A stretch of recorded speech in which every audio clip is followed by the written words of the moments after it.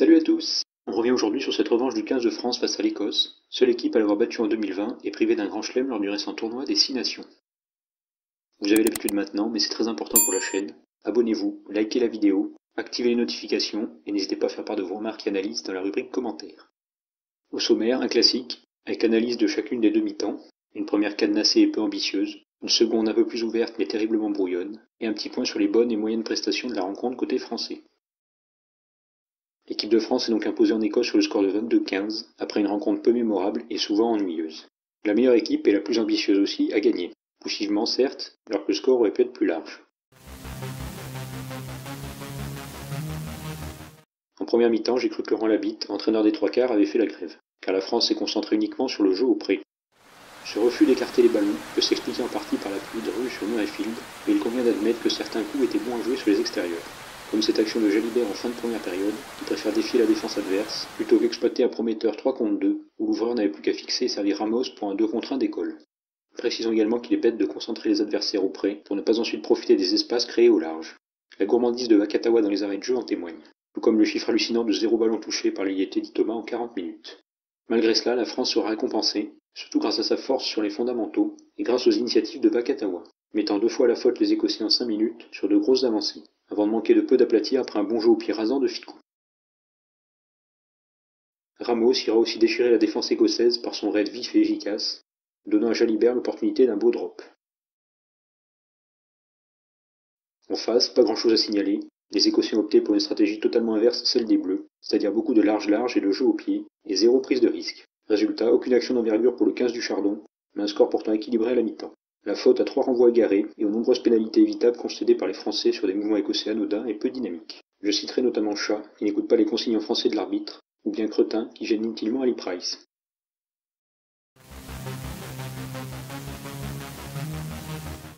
L'éclair de cette rencontre est venu dès les retours des vestiaires et a fait définitivement la différence pour les Bleus. Suite à une mêlée tricolore après une bonne réception aérienne de Rattez, Aldridge joue une 89 avec Dupont qui sert Ficou, feinte de redoubler, remise intérieure parfaite pour le rapide Rattez, qui donne à Vakatawa pour l'essai, malgré la défense de Stuart Hogg. En revoyant le ralenti, on peut se réjouir que Vakatawa soit très puissant pour aplatir, car Rattez n'a pas joué le coup à la perfection, calquant sa trajectoire sur celle de son centre et lui mangeant l'espace. L'ailier français aurait dû s'écarter sur la gauche pour fixer définitivement son vis-à-vis Kinghorn et ouvrir un trou béant à Vakatawa, qui aurait alors pu contourner Hogg et scorer plus aisément. La minute suivante sera le symbole de cette seconde mi-temps, avec un quatrième envoi égaré, par Olivon cette fois-ci, qui redonne immédiatement la possession aux Écossais et 3 points dans la foulée. En dépit d'une grosse domination en mêlée et sur les ballons portés, la France ne se mettra jamais à l'abri dans cette rencontre, enchaînant les erreurs, avec 2 touches manquées, énormément de fautes de main et des touches pas trouvées. 4 imprécisions ou fautes dans les 3 dernières minutes donneront même un ultime espoir de match nul aux Écossais. Mais Stuart Hogg dévissera la dernière pénaltouche.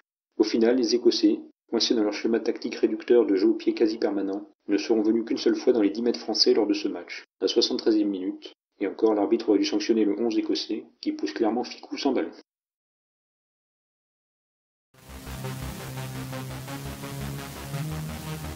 Cette partie a permis de voir si les remplaçants de 2020 avaient l'étoffe de titulaire. Le constat général pour moi est que non, et la première ligne en est le parfait exemple.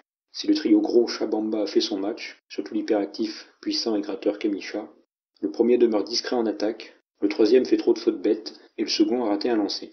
Surtout, il faut noter que l'équipe de France a obtenu 2 de ses 3 pénalités sur mêlée, avec la première ligne Baye Marchand Awas. Idem pour les 2 ballons portés dévastateurs, ayant abouti à 3 points. En bonus, Awas, ciblé encore une fois par les Écossais, a énervé ces derniers en sachant garder son calme. Concernant Taofi Fenoua, je suis assez dubitatif. Sa puissance est annihilée par son manque de vitesse, et il a été très peu en vue, hormis sur un en avant grossier. Quant à Cretin, les 3 pénalités concédées gagent son activité et ses 2 contres en touche. Le plus embêtant pour moi est la Ntamak dépendance en 10, où Jalibert ne m'a pas convaincu. Étrangement, il a surtout été performant dans le registre où je ne l'attendais pas, les réceptions aériennes. Pour le reste, il commet un en avant évitable, a trouvé des touches bien trop courtes, a eu des choix de jeu pas toujours pertinents, et a manqué de précision dans ses coups de pied, comme cette offrande ratée à Teddy Thomas. Exception faite de Chat, unique remplaçant à avoir gagné des points, et sans conteste Thomas Ramos. Remuant, rapide, bon dans ses tentatives au but, et très sécurisant sur les duels aériens, là où Boutier doit faire beaucoup de progrès. L'arrière toulousain doit néanmoins gagner en régularité, lui qui a cumulé les erreurs au pied à partir de la 60e minute. Sinon, le trio Ficou Vakatawa Aldrit a été conforme à ses hauts standards, à l'inverse de Leroux, Olivon ou Dupont. Toujours actif en défense et sur les contre-rucks, Leroux a commis pas mal de maladresses. Le capitaine Olivon a été peu en vue, la physionomie d'un match condensé ne convenant pas à sa mobilité et son apport offensif. Dupont a quant à lui eu des ratés au pied. Sur le gros chantier français des ailiers, en l'absence de l'indéboulonnable Penaud, Rattez a confirmé ses dispositions aériennes et athlétiques, avec quelques belles accélérations, mais aussi des imprécisions, telle cette chistera hasardeuse pour Dupont. Au moins, Rattez a eu le mérite d'aller chercher les ballons, ce que n'a pas fait Thomas, en difficulté physiquement face à son puissant adversaire direct. Il n'aura touché que 2 ballons dans ce match, à 2 minutes d'intervalle seulement. Merci à tous d'avoir regardé cette vidéo, n'hésitez pas à donner votre avis sur ce match et sur les joueurs dans la rubrique commentaires. À la semaine prochaine pour le débrief de France-Italie. Salut à tous!